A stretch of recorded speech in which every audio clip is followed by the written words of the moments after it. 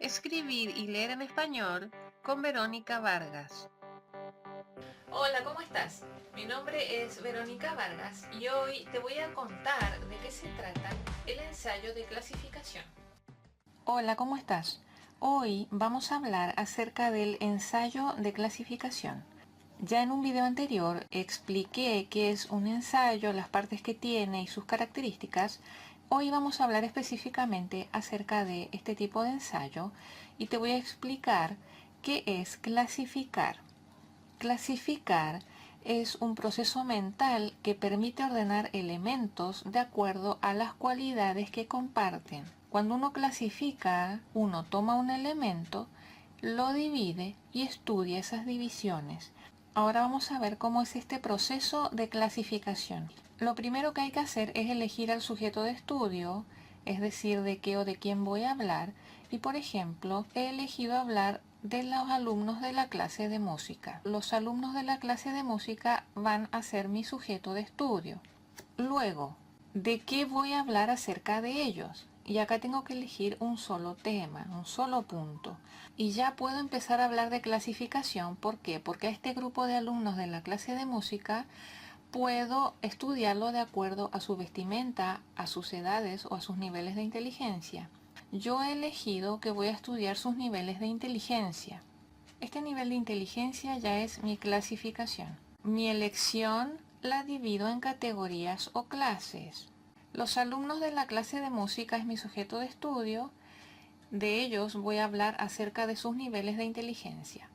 Para que mi trabajo esté completo, tengo que abarcar todos los niveles de inteligencia posibles. Por ejemplo, puedo hablar de los brillantes, de los que son inteligentes, los que tienen una inteligencia promedio y los que tienen una inteligencia bajo promedio. A estas divisiones o subdivisiones se les llama categorías. Lo importante acá es que tienen que haber por lo menos 3 o 4 categorías, porque si yo hablo solamente de los alumnos brillantes y de los alumnos promedio, hay algunos intermedios como los inteligentes que quedan afuera.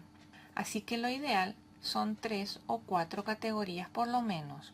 Cuando hacemos una clasificación, hay ciertos principios mentales que guían esa clasificación y son estos de 3 tipos.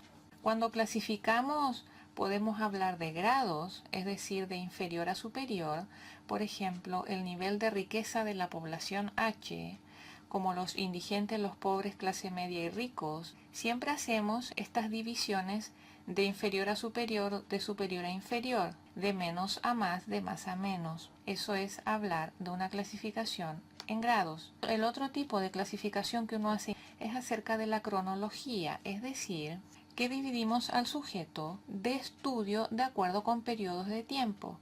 Por ejemplo, nuestro sujeto de estudio puede ser todos los sujetos de la clase X, o sea, de una clase determinada, que se encuentran entre estas edades, entre los 18 y los 25 años, de 26 a 40 años y más de 40 años. Generalmente uno trabaja de esa forma acerca de la división del sujeto de estudio. El tercer principio, cuando uno habla acerca de ensayos de clasificación o cuando uno clasifica mentalmente algo, trata acerca de los lugares. Por ejemplo, la clasificación de los hoteles según su ubicación. Hay hoteles de aeropuerto, hay hoteles de grandes centros comerciales, hay de montaña, etcétera. O cuando uno habla de cierto grupo de gente, hablamos de aquellos que se sientan adelante en el aula, de los que se sientan en el centro, los que se sientan atrás. Bueno, todo ese tipo de cosas son procesos mentales que hacemos inconscientemente, pero que en realidad corresponden a un orden que hay que lograr. Te voy a hablar ahora acerca del párrafo introductorio del ensayo. La tesis para este ensayo puede ser una que simplemente introduce la clasificación y las categorías. Por ejemplo, mi tesis, que generalmente está en la introducción, puede ser: existen básicamente 3 tipos de quemaduras: las de primer grado, las de segundo grado y las de tercer grado. Listo. Otra: las drogas se dividen en 3 categorías: estimulantes, depresoras y alucinógenas. Esto puede ser perfectamente mi introducción con algunas otras palabras más. Aunque no hay regla que diga que las categorías deban ser nombradas en la introducción, identificarlas ayudará a mantener organizado el ensayo. Acá viene una cosa interesante acerca de este párrafo introductorio o de cuando uno nombra las categorías, y es cuando tú las nombras a estas categorías en la introducción, las expresas en estructuras paralelas. Si identificas una categoría usando adjetivos, todas las demás deberían ser identificadas con adjetivos. Ahora te voy a explicar qué es esto. Supongamos que esta es mi categoría. Encontramos tres tipos de choferes: los amistosos, los indiferentes, los maleducados. Estoy acá hablando de adjetivos. Estos son todos adjetivos, ¿sí? Si el primero que nombro lo nombro con un adjetivo, los otros también tienen que ser nombrados con adjetivos y de la misma forma. Los amistosos, los indiferentes, los maleducados. Otro ejemplo, la mayoría de las personas responden en una de estas tres formas: ansiosamente, indiferentemente y desganadamente. Estos son adverbios, los que terminan en mente. Acá que es importante entender que hay tipos de palabras, como por ejemplo los adjetivos, los adverbios, que a mí me permiten organizar el discurso escrito. Y tiene que, ojalá, presentarse de esta manera la tesis en el trabajo. Siguiendo con el trabajo, tengo que dedicar un párrafo para cada categoría, que incluya los siguientes puntos en lo posible: identificar al grupo, nombrar las características de los miembros de esa categoría, o sea, de ese grupo, dar ejemplos, distinguir esta categoría de otras, así uno nota las diferencias. Vamos a ver las transiciones para las clasificaciones. Las transiciones son palabras o expresiones que a nosotros nos ayudan a pasar de una idea a otra muy suavemente, y así el discurso se hace liviano y se hace fácil de entender. Las primeras son las transiciones para introducir categorías, y acá encontramos las transiciones de adición o suma. Por ejemplo, cuando decimos el primer grupo incluye a aquellos estudiantes que se visten formalmente, ya estamos introduciendo la primera categoría, el primer grupo, porque seguramente van a haber un segundo y un tercer grupo. Luego se puede decir el próximo grupo, el próximo ya es una transición de adición. La última categoría incluye, ¿sí? Estas son todas palabras que introducen categorías. Después encontramos algunas transiciones que muestran similitudes y diferencias. Por ejemplo, cuando uno dice, a diferencia de los verdaderos profesores, los neutrales no son muy agradables. Acá ya estamos marcando, por supuesto, una diferencia. Podemos decir, sin embargo, como los verdaderos profesores, los neutrales permiten consultas. O sea que acá ya estoy mostrando una similitud con este sin embargo entre los verdaderos profesores y estos profesores neutrales, entre comillas, ¿no? Esto es solamente un ejemplo. Esto sería una transición de similitud en este caso. Sus clases tienden a ser más aburridas que las de los verdaderos profesores, o sea, estamos hablando de los profesores neutrales, porque permiten menos tiempo de discusión.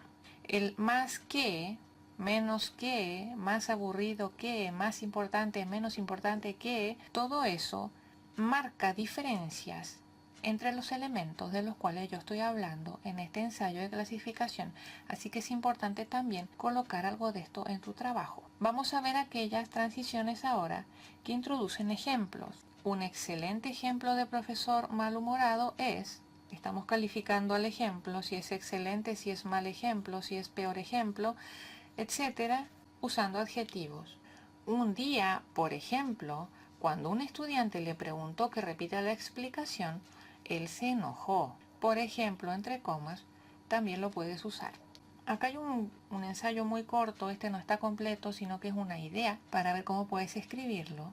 Habla acerca de la clasificación de restaurantes según su cantidad de tenedores. Como dije en la introducción, la tesis del ensayo o la introducción del ensayo puede ser simplemente decir acerca de los restaurantes y su cantidad de tenedores, o podemos ponerle un par de palabras antes para que nos vayamos haciendo la idea de que vamos a hablar de los restaurantes y su calidad.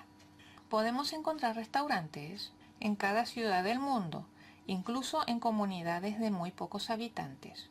Los hay desde los muy lujosos a los más modestos. Debido a esto, es que pueden ser clasificados de acuerdo a la cantidad de tenedores que posean, es decir, según el acondicionamiento de sus instalaciones y la calidad de servicios que ofrecen. El primero, y acá ya estoy usando una transición de adición, es el restaurante de lujo o de 5 tenedores. Este tiene todos los elementos de decoración y cristalería de la mejor calidad posible. Los alimentos son preparados al instante, escogidos a la carta y servidos a la mesa. El precio lo determina el servicio y la calidad de los platos y es importante que cuenten con amplia carta de vinos. Bien, ahí ya hubo un párrafo. Vamos con el otro. Como vamos a hablar de un segundo restaurante, yo he dejado un espacio que significa que acá empieza otro párrafo. ¿Y qué es lo que dije al principio de que tienen que ser un párrafo por cada categoría? El restaurante de primera clase o de 4 tenedores, también conocido como full service, a diferencia del de lujo, ofrece alimentos a la carta que pueden presentar hasta 7 tiempos diferentes de servicio y una variedad limitada de bebidas alcohólicas. Estas son las ideas principales acerca del proceso de clasificación que puede ser usado no solamente para el ensayo, sino que también para otro tipo de trabajo en los cuales te pidan analizar y clasificar cosas. En un próximo trabajo estaré hablando acerca de otros ensayos, por ejemplo, el argumentativo, que ya tiene otro carácter. Espero que te haya servido y nos estamos viendo en un próximo video.